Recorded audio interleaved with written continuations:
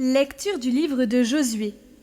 En ces jours-là, Josué réunit toutes les tribus d'Israël à Sichem, puis il appela les anciens d'Israël, avec les chefs, les juges et les scribes. Ils se présentèrent devant Dieu. Josué dit alors à tout le peuple: « Ainsi parle le Seigneur, le Dieu d'Israël. Vos ancêtres habitaient au-delà de l'Euphrate depuis toujours, jusqu'à Téra, père d'Abraham et de Nahor. Ils servaient d'autres dieux. Alors j'ai pris votre père Abraham au-delà de l'Euphrate, et je lui ai fait traverser toute la terre de Canaan. J'ai multiplié sa descendance, et je lui ai donné Isaac. À Isaac j'ai donné Jacob et Ésaü. À Ésaü j'ai donné en possession la montagne de Séhir. Jacob et ses fils sont descendus en Égypte. J'ai envoyé ensuite Moïse et Aaron, et j'ai frappé l'Égypte par tout ce que j'ai accompli au milieu d'elle. Ensuite, je vous ai fait sortir. Donc, j'ai fait sortir vos pères de l'Égypte, et vous êtes arrivés à la mer. Les Égyptiens poursuivaient vos pères avec des chars et des guerriers jusqu'à la mer des roseaux. Vos pères crièrent alors vers le Seigneur, qui étendit un brouillard épais entre vous et les Égyptiens, et fit revenir sur eux la mer qui les recouvrit. Vous avez vu de vos propres yeux ce que j'ai fait en Égypte, puis vous avez séjourné longtemps dans le désert. Je vous ai introduit ensuite dans le pays des Amorites, qui habitaient au-delà du Jourdain. Ils vous ont fait la guerre, et je les ai livrés entre vos mains. Vous avez pris possession de leur pays, car je les ai anéantis devant vous.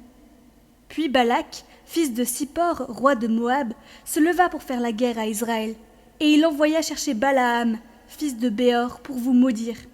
Mais je n'ai pas voulu écouter Balaam, il a même dû vous bénir, et je vous ai sauvés de la main de Balak. Ensuite, vous avez passé le Jourdain pour atteindre Jéricho. Les chefs de Jéricho vous ont fait la guerre, ainsi que de nombreux peuples, mais je les ai livrés entre vos mains. J'ai envoyé devant vous des frelons, qui ont chassé les 2 rois amorites. Ce ne fut ni par ton épée ni par ton arc. Je vous ai donné une terre qui ne vous a coûté aucune peine, des villes dans lesquelles vous vous êtes installés sans les avoir bâties, des vignes et des oliveraies dont vous profitez aujourd'hui sans les avoir plantées.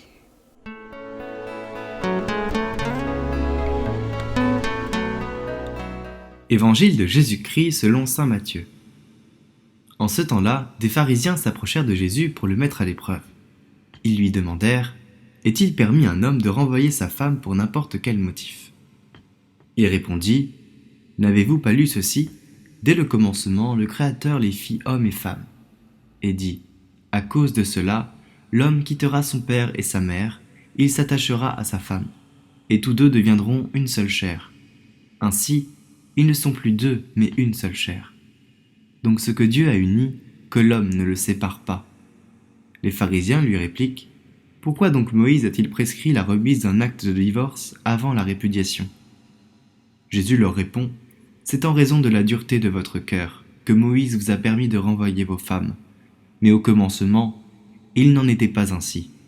Or, je vous le dis, si quelqu'un renvoie sa femme, sauf en cas d'union illégitime, et qu'il en épouse une autre, il est adultère. » Ses disciples lui disent: « Si telle est la situation de l'homme par rapport à sa femme, mieux vaut ne pas se marier. » Il leur répondit: « Tous ne comprennent pas cette parole, mais seulement ceux à qui cela est donné.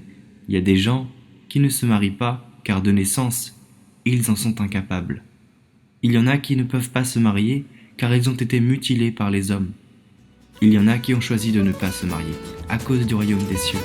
Celui qui peut comprendre, qu'il comprenne. »